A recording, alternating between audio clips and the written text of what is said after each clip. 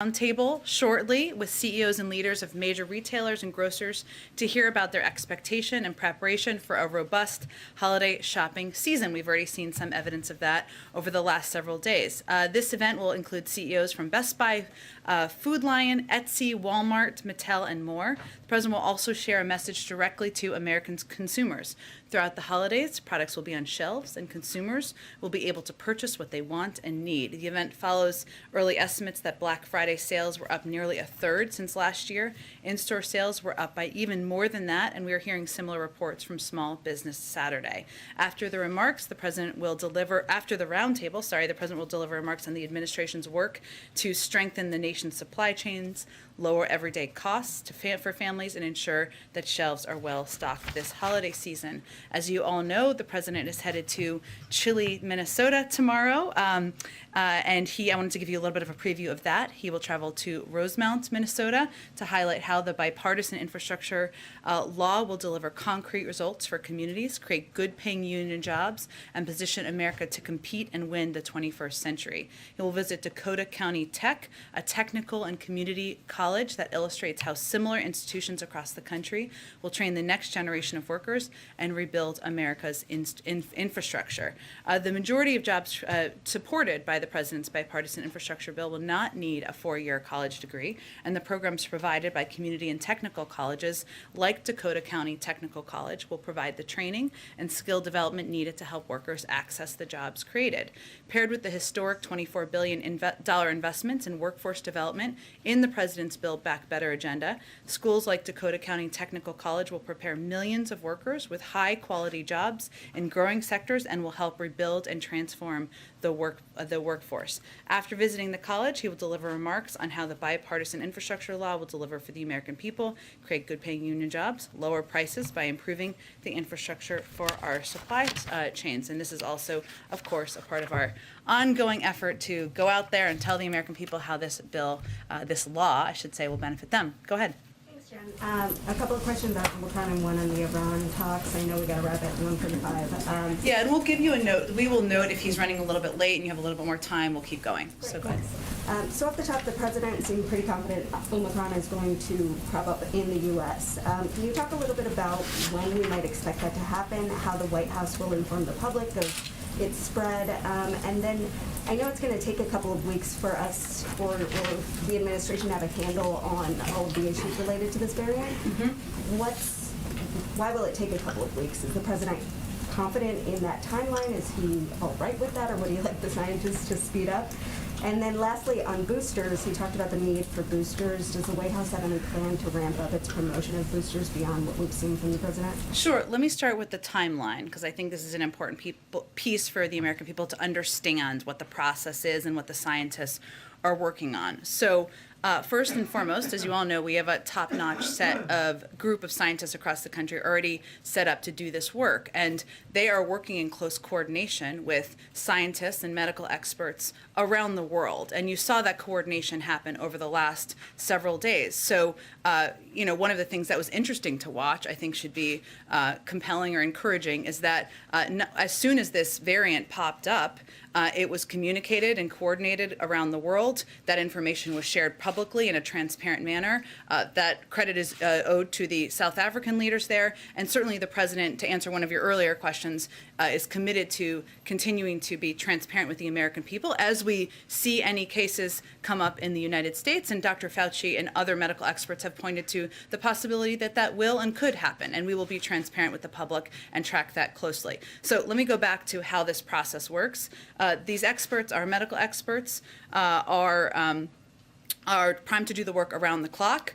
When you want to test a virus, you need to isolate it from a swab and purify it and make sure it is a live virus. And the virus you intended to study, this takes some days. This all takes days. Then you need to grow a stock of it to test.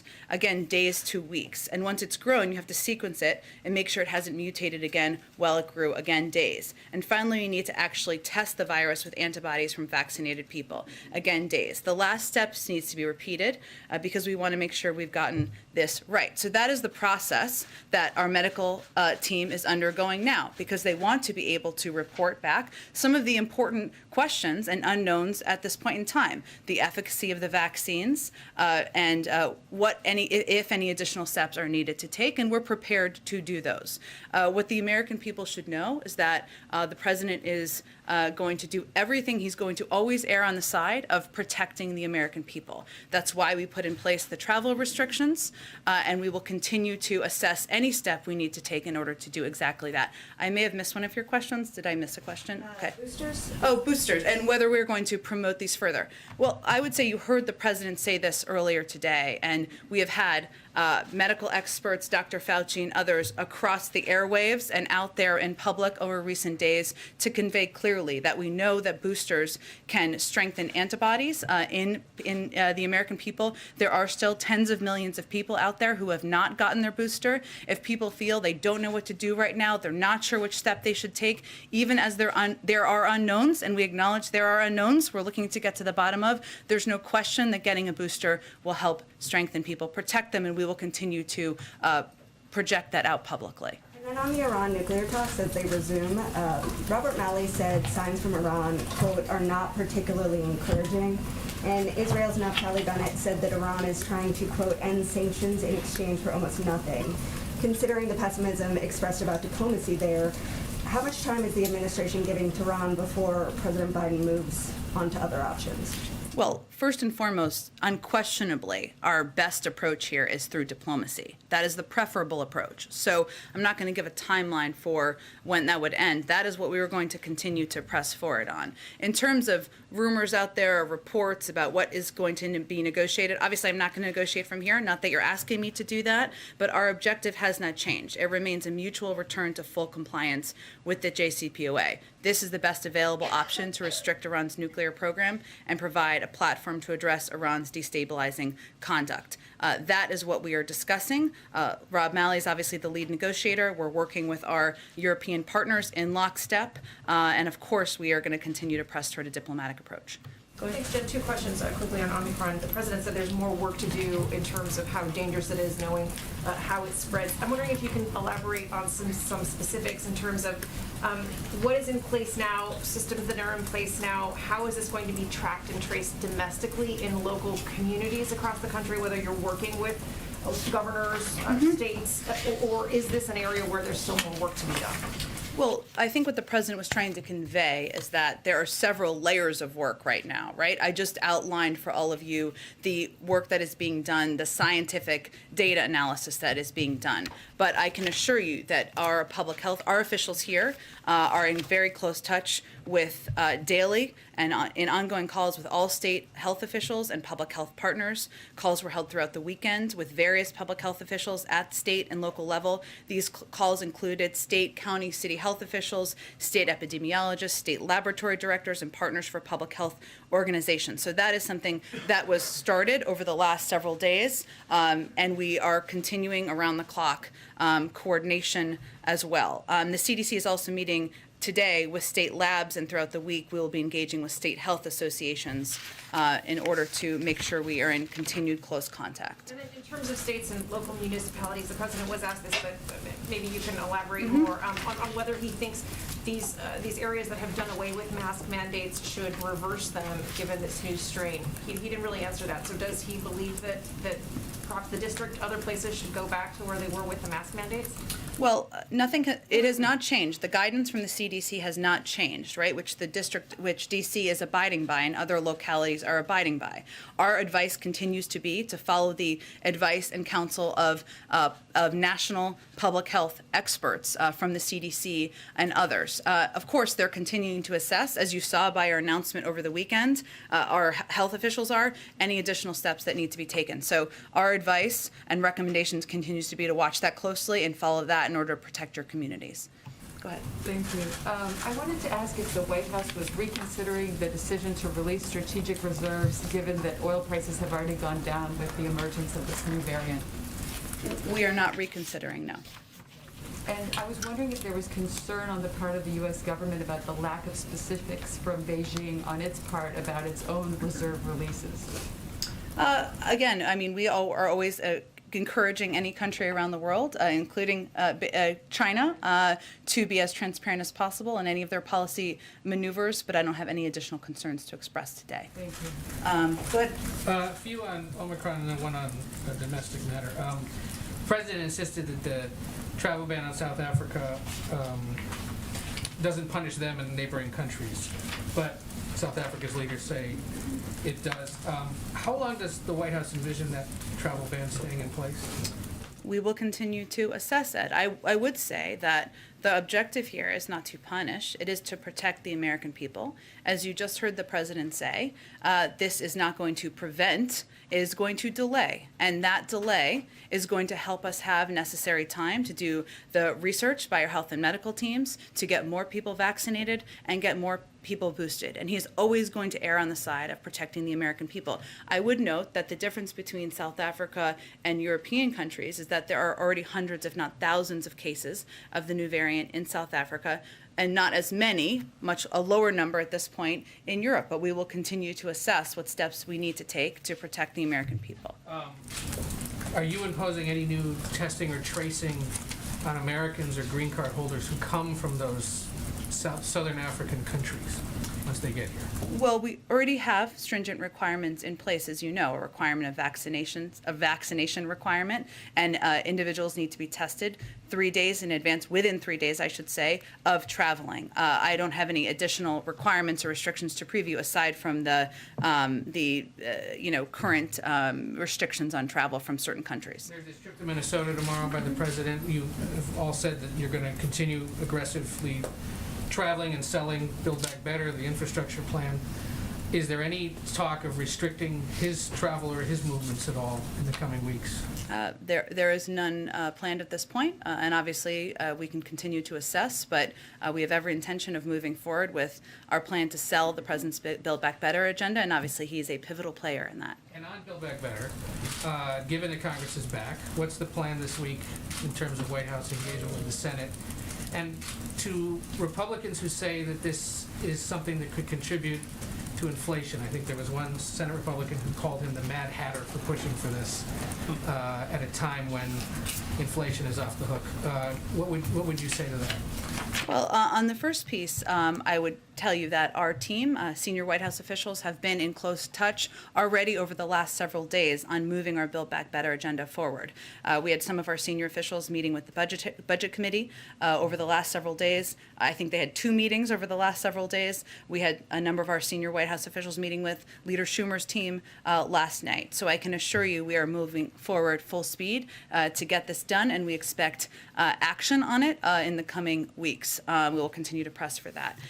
For anyone who's criticizing, I would say that the way, and we saw, I would say, in recent weeks, even with the votes of Republicans, every Republican in the House went on the record voting against steps that many economists have said would ease inflation.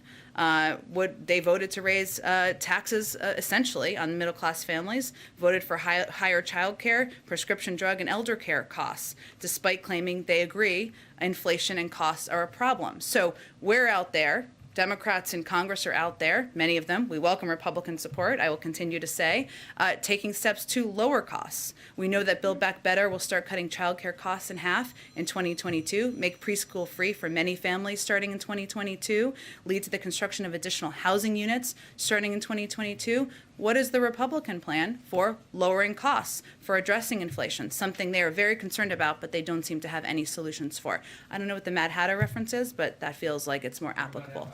Very good. Thank you, Jen. Before Joe Biden was president, he said that COVID travel restrictions on foreign countries were hysterical xenophobia and fear-mongering. So what changed? Well, I would say first, to put it in full context, Peter, what the president was critical of was the way that the former president put out, I believe, a xenophobic tweet and how he called what he called the coronavirus and who he directed it at. The president has not been critical of travel restrictions, we have put those in place ourselves. We put them in place ourselves in the spring. But no, he does not believe. He believes we should follow the advice of health and medical experts. That's exactly what he did in putting in place these restrictions over the weekend. Okay, we saw the president shopping indoors on Saturday behind glass that says face covering required, but his face was uncovered. Why? The president is somebody who follows the recommendations and the advice of the CDC. I don't know what the circumstances were of that particular moment. He was shopping in a store, and on the glass outside it said face covering required, and we could see him inside, and his face was uncovered. Well, again, Peter, our recommendation and advice continues to be for people to wear masks when they are required in establishments. I don't know what this establishment was. The president obviously follows the advice of his health and medical team. Is there concern that when the president says today, please wear your mask indoors in public settings around other people, and he doesn't do that, that it's going to make it harder to get people to follow him? I think you see the American people, and all of you see the president wearing a mask every time he comes out to an event, when he's sitting in meetings, and certainly he will continue to model behavior he hopes the American people will follow, not for his benefit, but to save their own lives and the lives of their friends and neighbors. On immigration, Joe Biden once described the Remain in Mexico policy as dangerous, inhumane, and goes against everything we stand for as a nation of immigrants. So why is he keeping it? He continues to stand by exactly those comments and statements. And the Secretary of Homeland Security put out a memorandum conveying we want to end this program. But we also believe in following the law, and that's exactly what we're doing, as there was a ruling that required us moving forward with implementation. And then last one, since the president said that this administration is monitoring the situation in Waukesha closely, it has been revealed by prosecutors that the assailant swerved his truck side to side as part of an intentional act to run over as many people as possible. 6 people are dead. Some children remain hospitalized. Why hasn't the president visited the members of this Christmas parade attack? Well, I would say first, as you saw the president convey last week, our hearts go out to this community, to the people in Waukesha, that we've been in touch, obviously, with officials there, and we're all watching as people are recovering, and this is such a difficult time of year for this to happen. It's difficult any time. Obviously, any president going to visit a community requires a lot of assets, requires taking their resources, and it's not something that I have a trip previewed at this point in time, but we remain in touch with local officials, and certainly our hearts are with the community as they've gone through such a difficult time. Go ahead. So for the American public that knows that there's been a rise in COVID in their communities that may be related to the Delta variant, it may be part of this winter surge, if people are experiencing symptoms and they get tested, should they have an expectation that their test will be in some way compared to whatever we do know about the Omicron variant? Is there a surveillance capability for that kind of study at this point, where in hospitals, testing settings, does that exist now? Well, so FDA is closely reviewing the performance of existing COVID-19 tests with emergency use authorization against the Omicron variant. Importantly, test manufacturers with FDA emergency use authorization are required to assess their tests as new variants emerge. And that's exactly, Kelly, what they're doing now. On preliminary review, which is what we have at this point in time, our science and medical experts believe high-volume PCR tests, which is what you get in a lot of medical facilities, and antigen tests widely used in the U.S. Show low likelihood of being impacted and continue to work. That is encouraging, but it is something we're continuing to look at. But right now, that's what our early assessment is of our health and medical experts. So in terms of the surveillance ability around the country as cases are positive, what is the president's view of our ability to catch that new variant if the expectation is it will be here? I mean, is there a big run-up before we're actually able to do that? I wouldn't say that. I think it's something that we are in close touch, as I noted a little bit earlier, with state and local public health officials. We're in constant contact with them, and we will, again, as I noted earlier, be very transparent about when we see, if we see a case here, at which Dr. Fauci made clear that, well, these restrictions can certainly slow. We're not conveying that they could prevent. And does this change the tempo of how often the president will be briefed related to COVID? Is that changing his schedule for how often? I think, as he noted earlier, he'll be briefed on a daily basis. Go ahead. President said that Dr. Fauci told him that he believes the current vaccines will provide at least some protection from the Omicron variant. Are you able to explain why that is? Why Dr. Fauci would come to that conclusion? You laid out all the steps that have to be taken before we can determine the vaccine's efficacy. How does the President's medical advisor get to that conclusion? Well, I would say this is a question I also asked this weekend, so not that you need my validation, but I think what Dr. Fauci has conveyed and what he would explain if he were standing here is that there's no question that vaccines and the additional boosters help boost up your antibodies to fight the COVID virus, the COVID-19 virus. These are variants of the virus, something we're tracking, and of course, as I noted, our health and medical team is doing necessary data analysis to see, to make an evaluation about the efficacy and if there's anything that needs to be done by manufacturers to make any changes, which, as I think you've seen, a number of the manufacturers have come out and said they're prepared to do if needed, but we're not predicting that at this point. So what he's conveying as a medical expert, most importantly, is that because these vaccines and boosters help boost your antibodies, that it would provide some protection, if not the protection that we have already to date from other variants, and that's why this is the step that the American people can take. The President on Thursday is going to NIH. Is there anything more you can tell us about the purpose of that visit and how it might differ from what we just heard from him today? Sure. So the President is, as you noted, going to the National Institute of Health on Thursday, and he will, when he's there, he will put forward a detailed strategy outlining how we're going to fight COVID this winter, not with shutdowns or lockdowns, but with more widespread vaccinations, boosters, testing, and more. That is something that we had every intention of providing an update to the American people on around this time of year anyway, but that's what people can expect on Thursday. Go ahead, and I'll come back to you, Gillian. Go ahead. Go ahead, Sabrina. Thank you, Jen. So the President said earlier today that there haven't been any recommendations to put in place domestic travel requirements, but what we saw with the Delta variant is that once it was already here, it spread rapidly across the country. So why not have any testing or vaccination requirements whatsoever for domestic air travel, since people are, flying fairly openly across the country?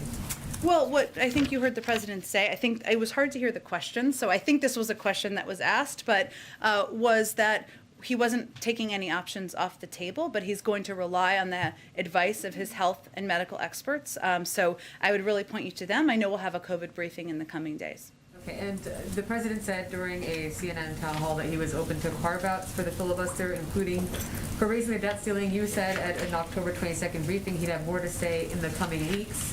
It's been more than a month, so what happened? Have there been any decisions around filibuster? I don't have any additional update for you at this point in time. Obviously, the President stands by his comments, but I'll let him speak for any additional updates. Go ahead, Caitlin. Just want to clarify on when the first case, excuse me, of Omicron is detected in the United States, since it's been described as essentially inevitable. Is the White House going to announce that, or the CDC, or how will that be made publicly available? It's a good question. I think the most important thing is we will make it available from the government. I'm not sure what source it will come from initially. Okay, thank you. Just wanted to get clarity Sure. on that. What lessons did the President learn from the Delta variant that he's applying here? Well, look, I think that there are a lot of lessons we've learned that he's applying throughout. One is to be very transparent with the public and be direct about where there are unknowns, and be clear that there is information we have at this point, and then there is information that we still need more detailed analysis from our health and medical experts. It's also important, in his view, and one of the lessons learned is to make clear to the public that we have a plan, and we do. And we are in a different place than we were 6 months, 9 months, and certainly a year ago, because more than 82% of people in this country, adults I should say, have had their first vaccine. They are widely available. Boosters are widely available. Schools are open, and there are steps that have been taken to put us in a different place to fight any variants. So, there are a lot of, knowledge that has been built upon for the President, but also our medical team, and we're using that to apply that as we communicate and as we work to take steps to fight this new variant. Would it have helped if boosters were made more widely available sooner? That's a difficult thing for me to assess as a non-medical expert, so I would point you to them to ask them that One question. last question. The President said earlier, South Africa doesn't need any more vaccines. They are having trouble getting it into people's arms, and the reluctance is there. Has South Africa ever turned down vaccines from the United States? They have not requested additional vaccines. But have they turned down vaccines that Yes. was offered to them? So we have sent close to 8 million doses to South Africa, 13 million to Southern Africa, over 93 million to Africa, and 275 million to the world. This is not meant to be a criticism. It is meant to give people understanding of what the challenges are in a lot of countries, is that it's not just about having vaccine doses. It is about ensuring there's operational capacity, which is not meant to be a criticism of any leaders in government, but more it's challenging to have public health officials in all communities of any country available. And also there are hesitancy issues in not just the United States, but many parts of the world. So it's about having not just the vaccine doses, but also the apparatus, the capability, and also addressing vaccine hesitancy, which is, as you know, something that we have worked hard to address in this country. Do you know when South Africa had turned down the vaccines from the United States? I don't have any additional details beyond that. I would just note that we are prepared to provide them with additional doses when they're prepared to receive them. Go ahead. Thank you. Thanks, Jen. Just to follow up on Caitlin's question, you outlined some of the problems that countries face in vaccinating their own citizens. Does USAID or any other U.S. government agency plan to help with some of those capacity issues, whether on the operations side or just in the hesitancy side? Is there any effort to go beyond just sharing vaccines, but actually help with getting shots in arms? Yeah, absolutely. And there's a lot that USAID is doing to date, and we will continue to build on that. So USAID has provided over $267 million of COVID-19 supplemental support to Southern African countries to deliver and distribute the vaccines, reduce coronavirus transmission through infection prevention and control, provide key public health information, improve diagnostics and surveillance, train health workers, strengthen case management capacity, deliver emergency food and critical humanitarian supplies and services, and respond to some of the social and economic effects of the pandemic. And that is responsive to the fact that not just now, we've long known that there are challenges beyond having vaccine doses. And if we are going to be the world leader on fighting the pandemic, that it's not just about doses, it's additional capacity as well.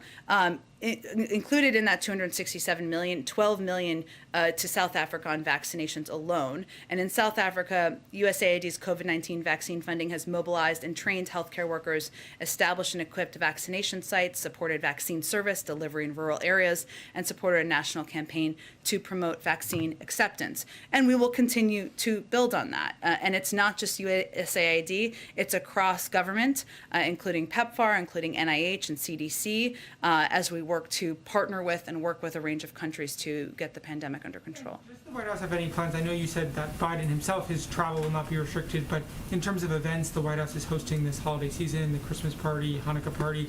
Are there any plans to restrict size or gathering capacity issues with the spread of the new variant? I know that the First Lady's office put out some information this morning, including the theme of the holiday season, and there will be more details on holiday parties, but there are not, as you know, restrictions that have been announced to date by our health and medical experts, so that hasn't impacted or changed our approach. One more on a domestic issue.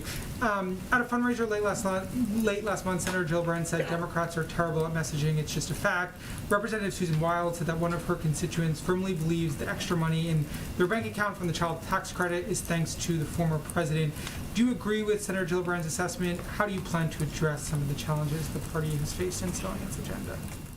Well, I would say in my experience here, or working in communications, it is challenging to sell something before it exists. And now we have a package that the president is out there selling, including a trip to Minnesota tomorrow, including a couple of trips he already took. And our message is very clear and coordinated and united across the Democratic Party. And now it's the time to do that, which is that the president's agenda, the Democratic agenda, is going to lower costs for people across the country and give them some more breathing room. That contrasts with what we're seeing from the other side, which is not a lot of ideas in the cupboard. So I think you're going to see people out there projecting that message. We now have a package to sell. We're working to get Build Back Better across the finish line, and the president's going to be out there selling it. But I think I'll stop there. Go ahead. Okay. Does the economic team have any projections for what the new variant might do for growth, for inflation, for the job market? Not quite yet that I'm obviously aware of. It is something obviously we will continue to assess, but at this point in time, there haven't been additional restrictions beyond the travel that have been put in place. I mean, as it relates to CDC guidance. So I don't have any new projections at this point from our economic team. And on the holiday spending figures, if those hold and the entire holiday shopping season is higher than it was last year by a lot, does the president expect that the supply chains will be able to handle that? Or do you all expect, and you're bracing people for shortages, higher prices, et cetera? I think what you're going to hear from the president when he meets with these CEOs shortly, and hear from these CEOs, many of whom we've been in touch with privately, many of whom I think have been outspoken publicly, is that they have plans in place, the leaders of these companies, the leaders of these retailers, to ensure that the shelves are stocked, that people can go buy goods they want, can go buy presents, and that they can do that online as well. That is the message we're consistently hearing from them privately, even as we're seeing projected increases or record, in some cases, sales. Go ahead. I have 2 questions about the vaccination mandate for federal workers. Sure. The American Federation of Government Employees praised the administration for announcing today that no unvaccinated worker will be suspended or dismissed until after the holiday season. Why did OPM make that decision? That is inaccurate, and that's an inaccurate statement, which I believe they are fixing or providing an update on. Nothing has changed on our deadline or our approach to the federal employee vaccine requirement. The deadline was last week, November 22nd, and we already have 96.5% compliance across a diverse workforce that is the largest in the United States. I can't assess exactly what led to any confusion, but what OMB put out a commentary or a public statement this morning conveying that counseling, of course, would be the first step. That's long been our approach and our policy from the United States government, but it's inaccurate to suggest or any reporting that we have delayed anything or changed it. The deadline has already passed. We're working to implement. Well, when you released the vaccination and compliance rates last week, you did not include how many workers have requested religious exemptions and how many have received them. Should that information be publicly available for each agency? So, for example, we would be able to see if some agencies are being more lenient or strict on those exemption requests? We did release the percentage of people who were vaccinated, which I believe was 92%, and then 96.5% compliance across the federal government, as well as agency-to-agency numbers. So you know in there what the exemptions are. Now, there's different types of exemptions, right? Some are religious. There are other health exemptions. But agency by agency, I would encourage you to ask the agencies for additional data. In the VA, we've been asking them for weeks to give us that information for the health employees because they had an earlier deadline to be vaccinated, and they've not responded to requests for how many employees have requested religious exemptions and how many have gotten them, and that's an important distinction. Well, again, we put out quite a bit of transparent data about that included what percentage of people received exemptions based on just subtraction, as well as what percentage of people were vaccinated. I can see if there's any additional data we'll provide. Go ahead. Thanks, Jen. You had said there'd be a COVID briefing in the coming days. Will we see more press briefings from the President's COVID response team because of the new variant? And can we make a request for them to come here and do a briefing? Sure, and I believe that I think they're going to have one tomorrow or Wednesday. I'm not sure if it's been finalized yet, and we'll see if there's another one planned this week, and I'm happy to make that request as well. And the President's advisors have said, you heard this from the President, that it would take about 2 weeks to get a full picture of the new variant. Mm-hmm. 2 weeks then would be about 2 weeks before the holidays. Should Americans at this point feel okay going forward with their Christmas plans and travel plans if that information is still 2 weeks away? Well, nothing has changed on our guidance at this point in time. And what we're trying to do is be as clear and transparent and direct with the American people as possible, including the fact that there are unknowns here. And we are working to assess those and get to the bottom of them. But what any American can do who's planning on traveling or thinking about traveling is ensure they're vaccinated, ensure they get the booster. If they're not yet boosted, wear a mask, take all of the precautions that are recommended by the CDC. But again, we rely on and abide by their guidance, and their guidance has not changed. Go ahead. Thanks so much. The president was saying pretty clear that not interested in any type of lockdowns, but is the White House or is the administration encouraging some of these cities, including Washington, D.C., to rethink decisions to lift the mask mandates that they have? Again, we rely on the guidance and the recommendations by our public health officials, including the CDC. And Washington, D.C. based their recommendations on what the percentage of cases were in Washington, D.C., as have other communities across the country. We continue to recommend that any city and locality follow CDC guidance. If they are going to assess and change that, I can't make a prediction of that. We'd continue to advise any locality to follow that. Would the variant be a reason to reassess that? Again, we rely on what public health officials would advise based on any new variant, which we're currently assessing, but that isn't guidance that they have changed at this point in time. And lastly, if you don't mind, is there any more, any deliverables or anything that you can share more about the president's remarks later today on supply chains? He's really going to be providing an update after meeting or in advance of meeting with CEOs about the work that's been underway for some time to address the holdups in the supply chain, something we've made a great deal of progress on, and to report to the American people, sitting with a number of CEOs through private conversations and what they've said publicly, that people can be assured there are going to be toys on the shelves. There are going to be food in your grocery stores. That is something that these retailers have been working on. We've been working closely with them on, but I expect that's what you will hear from him shortly. Go ahead. Does the administration think that Moderna in particular has a role to play here with fighting the new variant? And should it share its IP with South Africa, as South Africa has been urging? Well, we have pressed in the past for any pharmaceutical company to be a productive player in the effort to fight the pandemic. I know you're not asking me this, but just to be clear, we can't compel or force anyone to share their intellectual property data. That's not something we have. That's not something written into these contracts, which obviously were done prior to the president taking office. But our broad view, the president's broad view, is that we all have a role to play, the federal government, pharmaceutical companies, in fighting this virus across the world. We have not only provided doses, the president supports the IP waiver, something that Ambassador Tai is in the lead on, and we are continuing to provide know-how and support, in a range of ways from the federal government. Go ahead. Hi, Jen. Two questions, one COVID-related, one on another topic.